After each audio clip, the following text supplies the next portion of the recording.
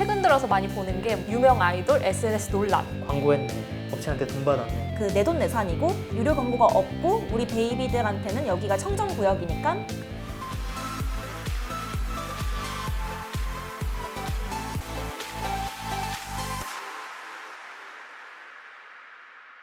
구독자 여러분 안녕하십니까. 오랜만에 인사드립니다. 오늘은 오랜만에 경제부 회의라는 코너로 인사드리도록 하겠습니다. 그 유명 유튜버들이죠. 뭐 유튜버라고 하기보다는 연예인분들의 이런 PPL 논란에 대해서 얘기를 좀 나눠볼까 합니다. 이 사안에 대해서 누구보다 잘 알고 있는 연예부가 아닌 산업부 오수영 기자와 생활경제부 신입이죠. 전소인 기자와 함께 얘기를 나눠보도록 하겠습니다. 이 주제를 왜 하게 됐냐? 뒤에 이제 그림 보이시죠? 강민경 씨와 한혜연 씨가 PPL 때문에 좀 논란이 됐었어요. 오수영 기자가 전반적으로 좀 정리를 해주세요. 우선 그 두 분 다 연예인이기도 하고 방송인이기도 하고 또 SNS 상에서 되게 인플루언서로도 활발히 활동을 하고 계신 분들인데 어떤 특정 아이템에 대해서 설명을 하는 콘텐츠를 올리셨고 그게 이제 뭐 되게 좋은 반응을 얻고 있었는데 알고 보니까 특정 브랜드의 협찬을 받았던 사실이 좀 뒤늦게 알려지면서 좀 논란이 됐던 거였고요. 한혜연 씨 같은 경우에는 이게 내가 내 돈 주고 내가 사서 쓴 거를 우리 뭐 베이비들한테 이렇게 후기를 알려준다. 이게 그 내돈내산이고 유료 광고가 없고 우리 베이비들한테는 여기가 청정구역이니까 그 내가 뭐 알려주는 것들은 다 뭐 전혀 아무런 그런 광고 의심 없이 믿어도 된다. 이런 식으로 되게 평상시에 되게 어필을 많이 했던 분이기 때문에 약간 좀 되게 너무 배신감이 든다. 이런 분들이 생겨났던 거고요. 강민경 씨 같은 경우에는 처음에는 그냥 자기가 진짜 내돈내산 아이템을 사서 쓰고 그거에 후기를 이제 브이로그에 올린 거였는데 나중에 브랜드에서 연락이 와가지고 이 영상의 일부를 좀 편집해서 광고에 써도 되겠냐 이렇게 연락을 해오니까 그거를 허락을 한 거라고 하더라고요. 약간의 뭐 디테일적인 차이는 있긴 한데 공통적으로는 이게 광고인 줄 모르는 상태에서 이게 여러 그 SNS 유저분들한테 특정 아이템에 대해서 홍보가 된 상태여서 근데 뒤늦게 이제 이게 알고 보니까 광고에 쓰였다 이런 게 뒤늦게 알려지면서 이제 문제가 된 거죠.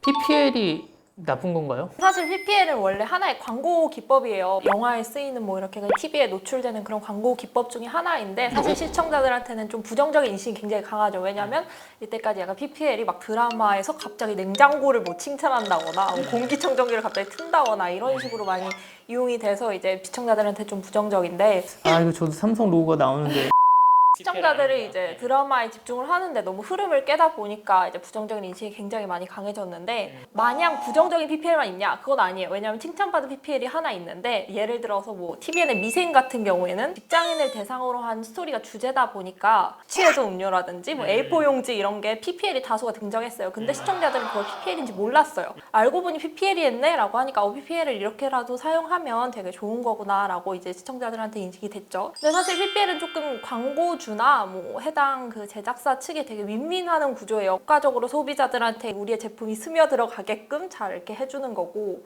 또 제작자 입장에서는 정말 빠듯한 제작비에 조금이라도 도움을 준다면 더 좋은 건데 단 조건이 하나 붙죠. 시청자들에게 얼마나 안 거슬리냐. 그게 이제 PPL 성공과 실패를 좌우한다고 생각합니다. 그러니까 그냥 꼴보기 싫으면 다 싫은 거예요, 그렇죠? 근데 유튜브 앞으로 이런 광고 못하게 한다고 정부에서 뭔가 제재를 했다면서요? 네, 그 유튜브에서 생기는 그 광고를 두고 규제가 조금 촘촘하지 못했던 경향이 있더라고요. 이번에 논란이 된 이 두 인플루언서 같은 경우에도 이게 사업자가 이 분들한테 이제 연락을 해서 광고를 하게끔 이제 했던 거잖아요. 그러면은 이게 사업자와 그리고 이 인플루언서 간의 책임의 범위가 좀 다른 것도 있고 이랬더라고요. 이게 사업자한테만 원래는 광고인데 광고임을 알리지 않고 광고를 했을 때 책임을 물을 수가 있었는데 앞으로는 이제 인플루언서한테도 사업성이 인정이 된다면 책임을 물을 수 있는 걸로 바뀌고 뭐 이런 게 있더라고요. 뭐 몇 분에 한 번씩 이거 네. 뭐 협찬받았다고 넣어야 된다면서? 넣어야 되고요. 그리고 막 지금까지는 이게 광고라는 사실을 알리더라도 뭐 더보기를 눌러야만 이걸 볼 수가 있다던가 아니면 해시태그에 광고라고 쓰는 게 아니라 AD 뭐 이렇게 쓰던가 아니면은 뭐 땡스 투 어느 브랜드 뭐 이런 식으로 되게 간접적인 방법으로 알리는 경우들이 많이 있었는데 앞으로는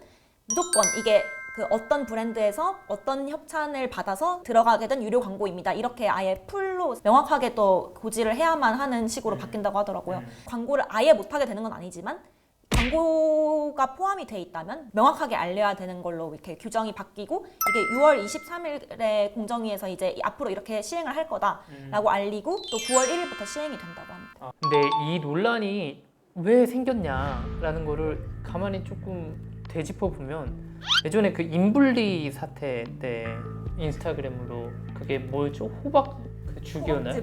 뭐 안 좋은 제품을 흔히 얘기해가지고 조금 과장해서 팔았다, 팬빨로 팔았다라고 해가지고 굉장히 문제가 됐었잖아요. 기자회견도 하고. 그러면서 이제 인플루언서들에 대한 이제 신뢰하지 못하는 이런 문화가 어느 정도 생긴 것 같은데, 제가 생각했을 때는 인스타그램이 좀 더 문제인 것 같거든요, 유튜브보다. 어떻게 보세요? SNS도 약간 유행이 좀 있는 것 같아요. 옛날에는 이제 뭐 트위터나 페이스북이 굉장히 유행했다면 요새는 이제 인스타그램이 거의 대세라고 할 정도로 그만큼 영향력이 커진 건데 이제 덩달아 광고 시장까지 이제 커져간 건데, 페이스북을 하는 연예인은 그렇게 많지 않아요. 근데 인스타를 하는 연예인은 진짜 많단 말이에요. 연예인들이 이제 인스타로 많이 몰려든 이유는 인스타는 한 번 올린 피드는 그냥 한 번 그냥 그게 이렇게 쭉쭉쭉 내려가는 구조여서 연예인들이 되게 깔끔하다고 선호를 많이 한다고 좀 알고 있어요.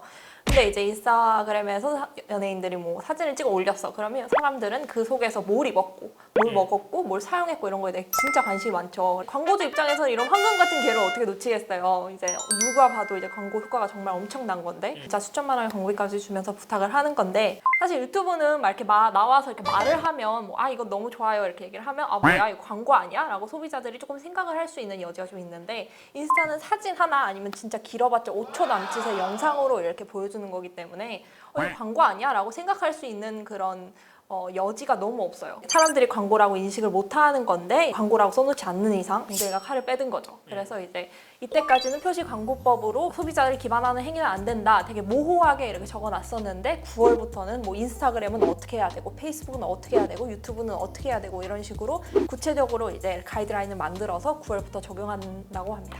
이게 감시가 잘 될지 안 될지 모르겠어요. 한 2013년도, 14년도에 취재했을 때는 그때는 파워블로거 갖다가 이제 취재를 많이 했거든요. 가전 광고가 많다, 뭐 이런 얘기였죠. 지금 블로거들이 이제 자연스럽게 뭐 인스타그램, 유튜브로 좀 옮겨간 건데, 공정위가 표시 광고를 뭐 이건 어디에 대해서 이제 협찬을 받았습니다라고 표시하게끔 했는데 단속하기가 쉽지 않거든요. 공무원들이 어떻게 그 수많은 인스타그램을 하시는 분과 이런 것들을 단속을 하겠어요? 뭐 제가 봤을 때는 어떻게 보면 좀 졸속 행정이 될 수도 있을 것 같다라는 생각이 드는데 어떻게 봐요? 게시물이 워낙 많고 요즘에 이런 그 인플루언서 관리가 막 다 소속사들이 있고 막 회사들 차원에서 이루어지는 데다가 브랜디드 콘텐츠를 올려서 부수입을 얻는 거에 대해서 관심 많은 분들이 워낙 많으시기 때문에 진짜 인스타그램에서 정말 내가 광고라고 인식조차 못하면서도 계속 광고를 보고 있는 셈인데, 이것들을 좀 공무원분들께서 이걸 다 관리를 하시고 전수조사하기에는 시간이 좀 많이 걸릴 수밖에 없는 거예요. 전수조사를 한다고 해도 이게 어디까지가 광고고 또 어디부터가 또 광고라고는 보기 어려운지에 대한 기준도 조금 불분명할 뿐더러 규정을 만들기는 했지만 실제로 적용이 아주 깔끔하게 잘 될 거라고 기대를 하기에는 조금 어렵지 않을까 하는 게 저의 생각입니다. 전성희 기자 어떻게 봐요? 근데 저도 이제 어렵다고 생각을 해요. 근데 이게 어렵다고 포기를 해버리면 광고라는 게 무조건 우리 소비자들한테 좀 인식이 돼야 되는 그런 건데, 포기를 해버리면 어쩔 수 없다고 생각을 해요. 이제라도 이제 규정을 만든 거에 대해서 우리가 다행이라고 생각을 해야 되고, 좀 이상적인 얘기일 수 있는데 이번에 뭐 강민경 씨나 한혜연 씨가 이제 굉장히 대표적인 사례로 꼽혀가지고 이제 기사가 정말 크게 났는데, 앞으로 그런 연예인들은 없어야 되겠지만 이런 연예인들을 약간 조금 우리가 공정이나 뭐 정부에서 좀 부각을 시켜주면서 이러면 안 된다라는 인식을 좀 심어주는 게 중요한 것 같아요. 일반인들한테도.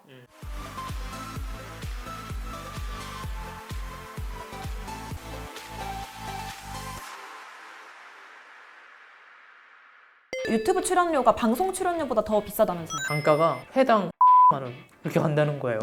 써본 적 있어요, 광고기사? 냄새 안 나게 쓴다. 그 기사는 바이라인이 어떻게 되는 거예요? 김동훈한테 나중에 물어봐요. 한번 조사해봐요. 김동훈도 했나 안 했나?